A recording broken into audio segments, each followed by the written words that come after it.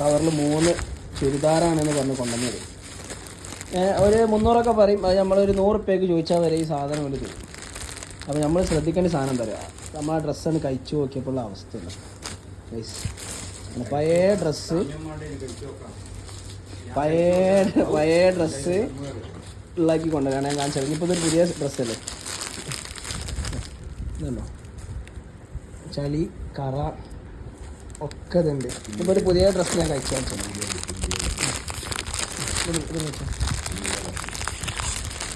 വെറുതെ ഡൽഹിയിൽ കുറഞ്ഞ പൈസക്ക് കിട്ടും എന്ന് പറഞ്ഞാണ്ട് വന്നാണ്ട് പെടാൻ നിൽക്കേണ്ട ഗൈസ്. വെറുതെ പൈസ പോയി കിട്ടും. ഇപ്പോൾ 100 റുപ്യ ആണെങ്കിൽ 100 റുപ്യ പൈസ തന്നെയല്ലേ.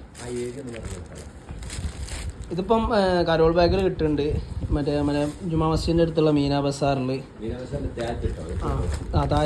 താഴത്ത് കിട്ടുന്നുണ്ട്. പിന്നെ ഇപ്പം സരോജിനി മാർക്കറ്റിലും കിട്ടുന്നുണ്ട്. ഇങ്ങനത്തെ നമ്മളെ അവിടുത്തെ മാർക്കറ്റുകളാണ് ഇവർ നോക്കുന്നത്. അതൊക്കെ ഇട്ട് പഴയ ഡ്രസ്സുകൾ ശരിയാണ്. അപ്പോൾ എത്താണോ ഉള്ളവരൊക്കെ ഒന്ന് കരുതുക, വെറുതെ പൈസ കൊണ്ടുപോയി കളയണ്ടെന്നാണ്. കണ്ടോ ഇഷ്ടം പോലെ പാക്കറ്റ്.